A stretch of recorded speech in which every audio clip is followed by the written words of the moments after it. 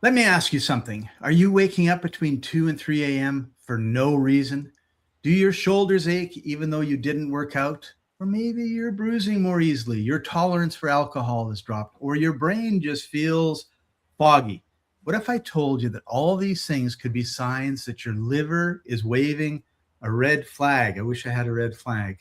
And no one's talking about it. So today we're diving into 7 subtle but serious signs your liver may be in trouble and what you can start doing about it today. Right after this.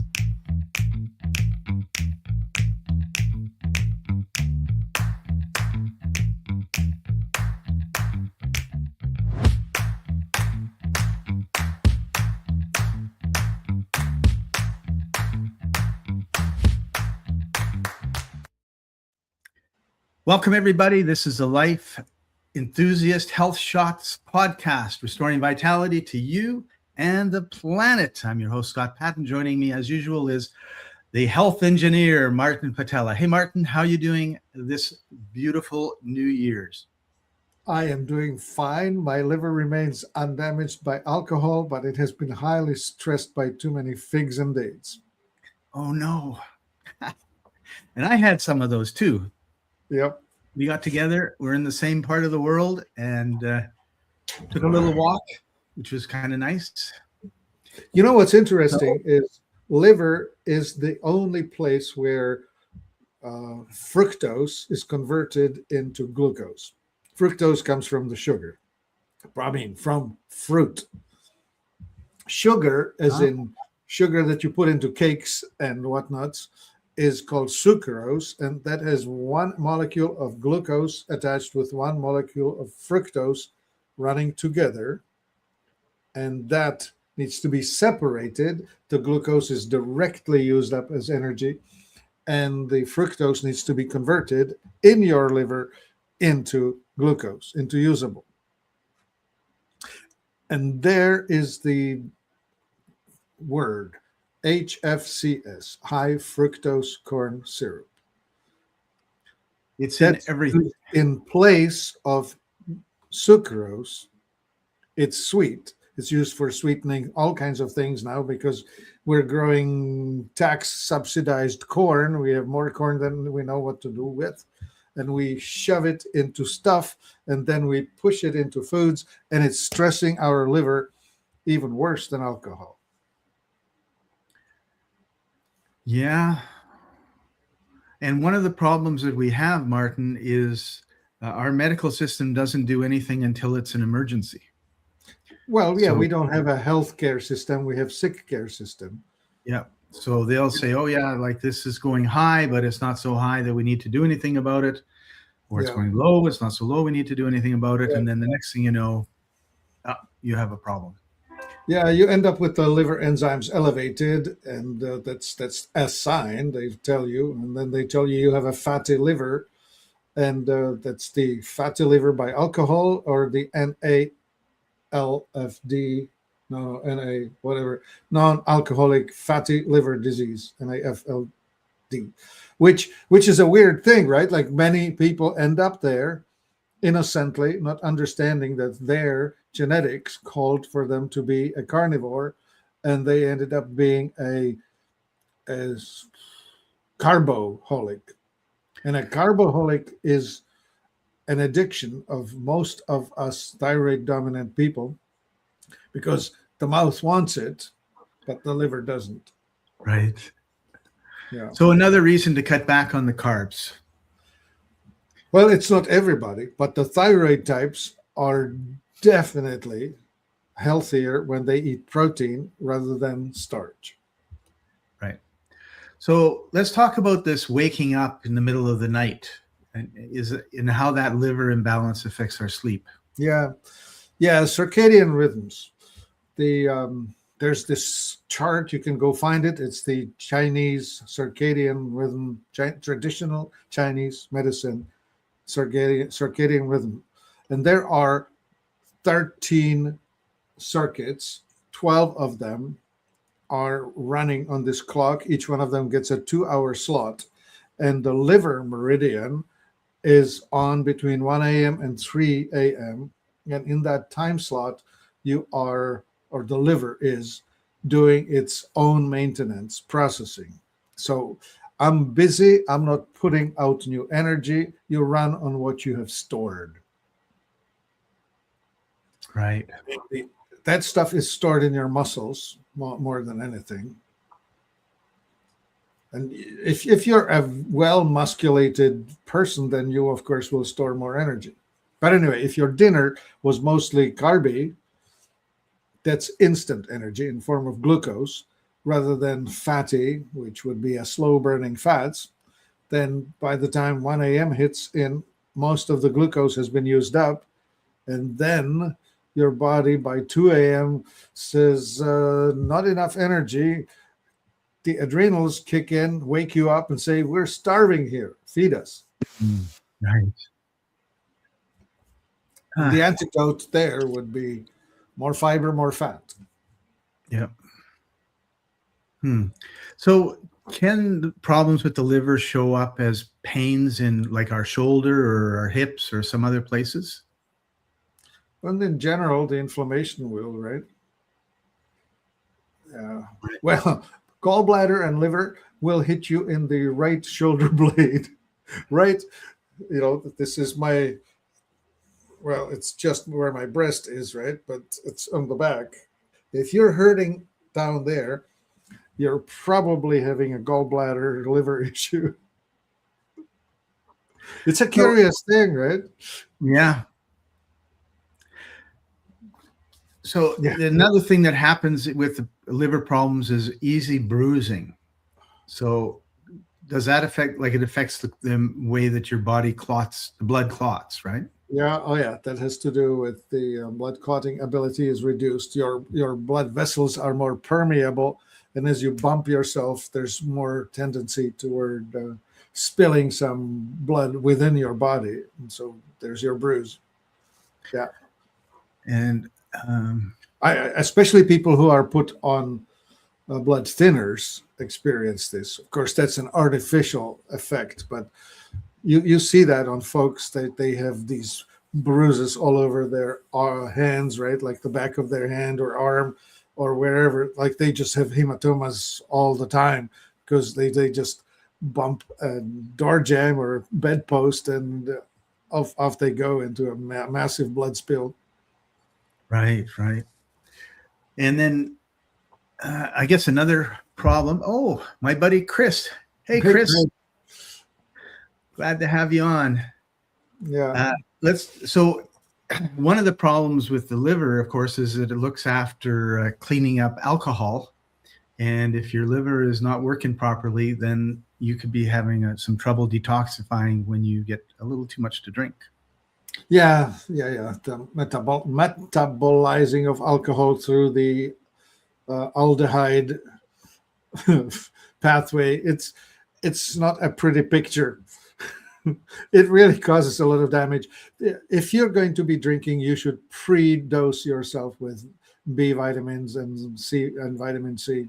Like it's really a smart thing to just take an extra B complex before you go drinking, and then take 3 others as you're finished, if you can remember. I never did anything except go out and drink. Well, young people, right? That's right. We get away with a lot of things you don't get away with when you get older. Yeah. One of the indications of problems with your liver is a fat belly and skinny legs. And now I'm starting to think about all the guys I know who have these poles, and then there's this bulge, and then there's their head. And it's the apple shape, or an apple on 2 sticks with I don't know, the snowman model, right? Yeah. Well, I mean, both you and I are the thyroid type. We will have the tendency to grow a belly. It starts around the belly button. That's where the weight goes. And of course, that's the external fat. But what's also going on is the internal visceral fat is being piled on.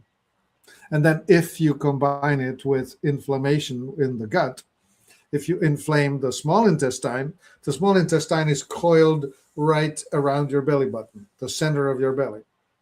And the colon, the large intestine, is surrounding it like a wreath, right? Like it starts down here at the bottom of the right side and then goes up and across just under your rib cage and then down. So if you're swelling right here under the rib cage, that's probably your colon getting excited, not in a happy way. Right. So what could somebody do about that? Oh, leaky gut, unleak your gut. Well, so eat dirt, as in humic acid, fulvic acid, to create a terrain for How the about this microbes. one, Prebiotics? That There we you saw? go. That's a great one. So that would be part one. Part two should be prebiotics, which is the oligosaccharides. Those are the soluble and insoluble fibers that are found in plants. Inulin would be a good name for one of those things. But there are multiple, there are fructooligosaccharide and I don't know, chitosan is one of them. There are about 8 important ones that are all playing a specific role in it. And if you need help in that department, Strataflora made by Exula is a pretty decent source of that sort of stuff. And if that doesn't cut it, Panaceum by RemedyLink has all 8 oligosaccharides present in it. So that might be the best way to fix it. Cool. All right. And then the last thing that happens with the liver is people have brain fog and they're irritable. Okay, so the irritable is an anxiety thing, and that's acidity versus alkalinity, right? And so that has more to do with your metabolic type, right? Like if you're hitting the acidity, you're probably an oxidizer who is overdoing carbohydrates, and you'll be just feeling miserable. That's where the anxiety lands. Whereas the autonomic people, when they overdo starchy things, they actually end up being on the dopey, sleepy, and unmotivated or even depressed side of things. So with the liver, can we end up getting ammonia buildup happening? Well, yes, we can. Poor conversion. Like it actually happens in the gut, right? And it's there are certain microbes that will produce more ammonia than what you expect. And there's actually a thing, ammonia breath, right? Oh. Like you can actually smell it on some people. Yeah. Okay. Yeah, ammonia is supposed to be converted into urea being excreted in the urine, right? And poor conversion of that might be an issue. Now, that has to do with too much nitrogen, which has to do with too much protein in the diet. So if you're overeating proteins, you may end up on that end of spectrum. That's fine. So it's all about balance, and it's also about self-awareness. Finding out what's going on and being aware of where you're at, and then adjusting. Yeah, you need to match your type. You need to match your genetics. You need to understand that your ancestors have pre-selected genetically to the local food resources that they had where they were living. And you need to follow that. If you don't, then you're just, you know the story how you are trying to race the turtle with the rabbit. Yeah, the tortoise and the hare. Not gonna work, right? Oh, actually, the metaphor that came to me was I have a pet turtle and I'm teaching it to jump, and I'm telling it, turtle jump, and he never does. Right. Because he never will. Yeah, if you want to teach a fish how to climb trees like a monkey, it's just not going to work. Yeah, there goes another wonderful example. Yeah, so if you're a fish, you might think you're really dumb because you can't climb trees, but you're not made for that. Yeah, you're just... So we have some steps to support liver health, and I want to talk about each one very briefly because I think whether it's a good or bad also depends on your metabolic type, which is why it's so important to find out more about metabolic typing. Number one, stop snacking. So does that apply to everybody or just us thyroid types? It actually applies to everybody. It's even, well, the thyroid are great at 3 meals a day, not 5, not 7, not graze all day long, right? Just 3: breakfast, lunch, dinner. And the other 2, the adrenal dominant does best without a breakfast, and the pituitary dominant does great without a dinner. Cool. So my friend Tim Judge has joined us, and he said his friend has liver cancer. Right. So what can we do to support his liver and help him with this? Well, cancer is a metabolic disease, as much as we know about it. That has been proved by Dr. Tom Seyfried, and the mainstreamers are still chasing the genetic cause of it. The genetics are general. Everybody has the genetics. It's the epigenetics that will cause it. And well, what do we need to do? We need to undo the conditions that give rise to it. And it's presence of toxins and absence of oxygen.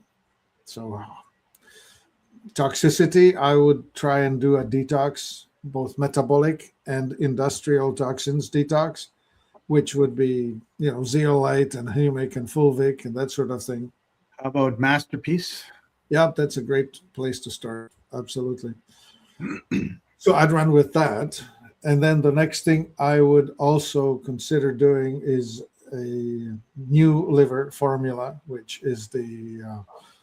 we were going to talk about that a little bit later in the show, but I've got it, and let me just bring it up and we can discuss it. Yeah, let's do that. So that is a blend of many, many herbal products, all of them put together in such a way that they will support better liver function. Liver is an amazing organ. It can renew itself in about 6 to 8 weeks. There's a lot of turnover. And it's the only organ that you can cut a part of and it'll grow itself back. At least in humans. Yeah, right. There it is. You're finding it. And if you click on the ingredients, you will see what's in it. And it's a long list of stuff. But here, these are the highlights, right? Coenzyme Q10, which is helping with energy and cell function. Silymarin, that's from milk thistle, that's helping you... all the bitter things, milk thistle and burdock and dandelion root and other bitter things are useful for that. And the turmeric is really important. Turmeric is a strong antioxidant that just is rebuilding it. And then what's NAC? N-acetylcysteine and MSM. N-acetylcysteine is the precursor to glutathione. And glutathione is the main recycler of all the antioxidants, the vitamins in your body. And the liver itself is the organ where this takes place. So I keep reading about NAC and MSM and thinking, okay, how am I going to get some of this stuff? And then every time I look in one of the Excellent Superfoods, like there it is. There it is. Yeah, you've got chromium, iodine, silica, beta carotene, choline, and vitamins. Yeah. What you have here is everything that the liver needs to renew itself. So that's for the functional renewal of the liver. And then I would also do the apoptosis stimulating supplementation with Elagiplex, which is the supplement that we have designed to help upregulate the natural immune function. That's called apoptosis or apoptosis.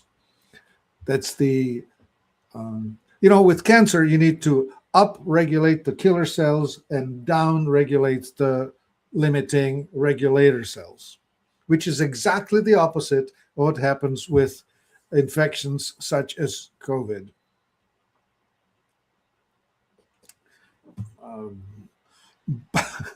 both the infection itself and the so-called defense through injections is counterproductive when it comes to defending your body from cancer.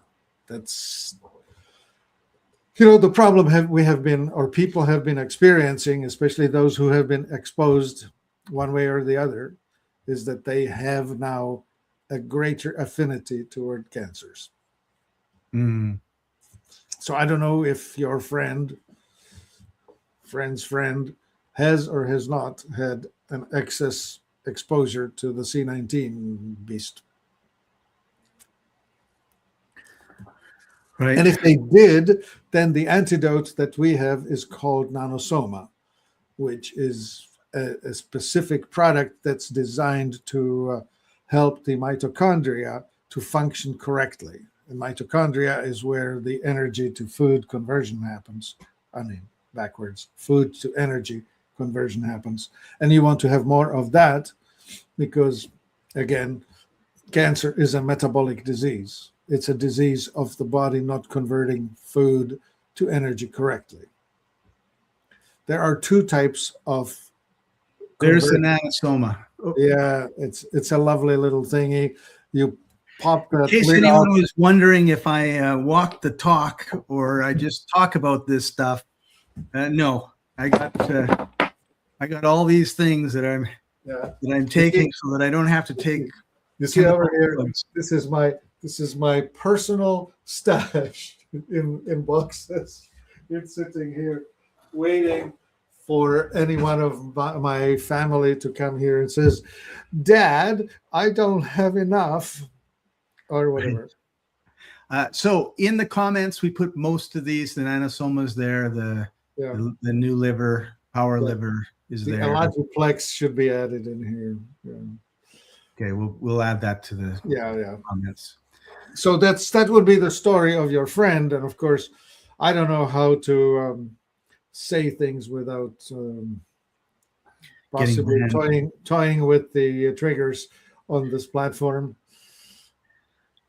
But yeah, something can be done, but it's going to take a bit of work. Again, it comes back to self-awareness. Like, what are you eating? What type are you eating for your right metabolic type? Or what are you drinking? Where are you living? What are you breathing? What sort of toxins do you have? How can you get the toxic load down? Are you getting rest? The liver works around 1 or 2 in the morning till 3-ish in the morning. Yeah. And so you should be sleeping at 10 or earlier and waking up at 7 or later and giving your body a chance to get a lot of rest, right? The rest. So talk about rest and repair versus fight and flight. I think that's really important. Right. And so that's the autonomic nervous system, and it will trigger into acidity when it goes into the fight and flight mode. So you can become acidic by stressing, or you're becoming stressed by becoming acidic. Take a pick. Yeah. And so becoming acidic nutritionally is eating foods that are going to take you there. So if you're an oxidizer, carbs will do it. If you're an autonomic, fats will do it. You need to watch that. Anyway, if you're having a problem understanding this babble, talk to us about metabolic typing. We will explain it. It's the two types in humans. It's like left-handed people and right-handed people. You cannot play a guitar that's got the string. Well, you could be a Jimi Hendrix. He could do it. But you need to be playing the guitar that's the left-handed guitar or the right-handed guitar. Take a pick. Yeah. Or a hockey stick, right? If it's bent this way, you're a left hand down. If it's bent this way, you're the right hand down. You need to pick. Well, anyway, metabolic typing is like that. You will find out whether you are carbs make me nervous or carbs make me sleepy. Yeah, if I want a nap, I just have a slice of bread. That's all it Yeah, takes. that's it. And I'm hoping that this URL hasn't This changed. does not work now. We need to. Oh man, we have done some terrible things. We have completely revamped our website, and a few things don't work as they used to. Right. And the So- calendar is not up yet. You need to phone me. Yeah. Go to life-enthusiast.com, call, ask for Martin, Tim, and have a real conversation, because we're just talking the kind of the global look at all of this stuff. Yeah, general. So we were going back to some ways to support liver health. One was stop snacking, eliminate sugar, starch, and seed oils. Seed oil is such a huge thing. Seed oils. So canola, cottonseed, corn oil, safflower oil, those are all oils that are sold as refined plant seed oils. They are sitting on the grocery store shelf. You will watch for the word refined. They're usually extracted from the seed under high blood pressure, under high friction. They become rancidized. So then they have to deodorize them. They have to degum them, take out of them all the good stuff and leave just a pure omega-6 oil, which you don't need more of. Yeah. So look at olive oil or avocado oil or coconut oil. Yeah, and butter. And butter. And lard and tallow. Tallow. I got a skin cream that was made from tallow. It was like a little market up in Prince George, and she was selling it. I thought, oh, that was cool, and I bought it for my niece-in-law, and then decided I wanted it. So don't tell her. Yeah, of course. It penetrates into the skin beautifully, right? Yeah, it's wonderful. Yeah. But I took it because I saw tallow, and I thought, wow, I haven't seen tallow and lard and that sort of stuff for a long time. Yeah. What's interesting, of course, is that there are other animal fats like emu oil or ostrich oil are famous for skincare, but duck fat and chicken fat work really well too. Cool. Look at the quality of the food that you're eating, like eat high quality meat and vegetables, organics. Get to know the farmers. I think every city has farms around it. Like, learn the farmers, support the farmers, go out there and see if you can't get the meat there.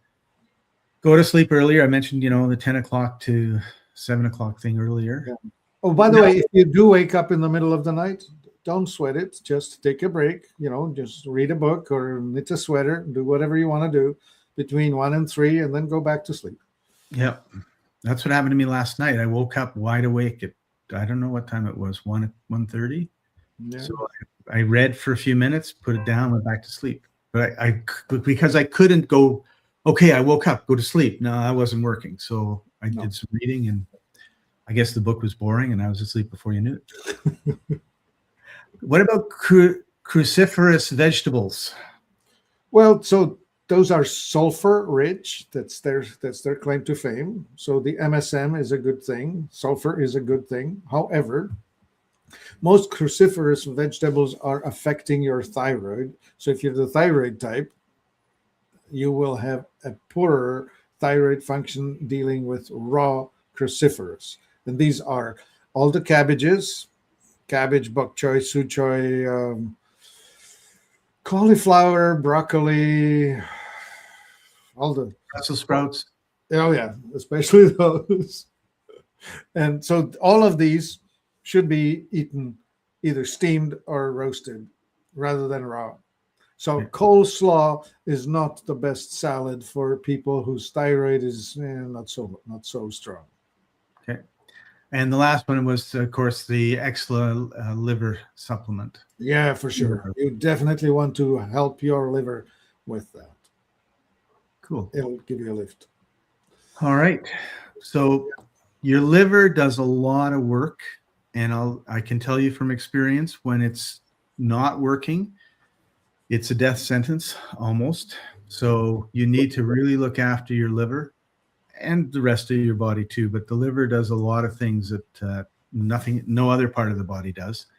And, we're coming to the end of our time now, Martin.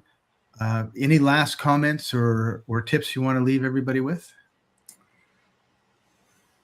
Some of us do okay with fruit to a degree, but never overeat it, because if you overdo it, you're overstressing your liver. It's a curious thing. You can do it, but don't overdo it. Right. Cool. Awesome. So if this episode has helped you or given you hope or changed how you look at your health for the better, then please share it with a friend. Please leave a comment, hit the like button, subscribe, all those good things. And we're live every 11:30 on the West Coast and 2:30 on the East Coast, which I forgot, and I thought it was 2:30 on the West Coast. So we're happy that I made it on time. And thanks for joining us, everybody. Martin, thank you for taking time out of your busy day, and we'll see you next week. My body's a temple, but the walls are cracked. Stuck in the rubble of the years I've stacked. Stagnation in my veins like a river turned to dust. Toxic whispers in the wind, but I gotta rebuild. I must.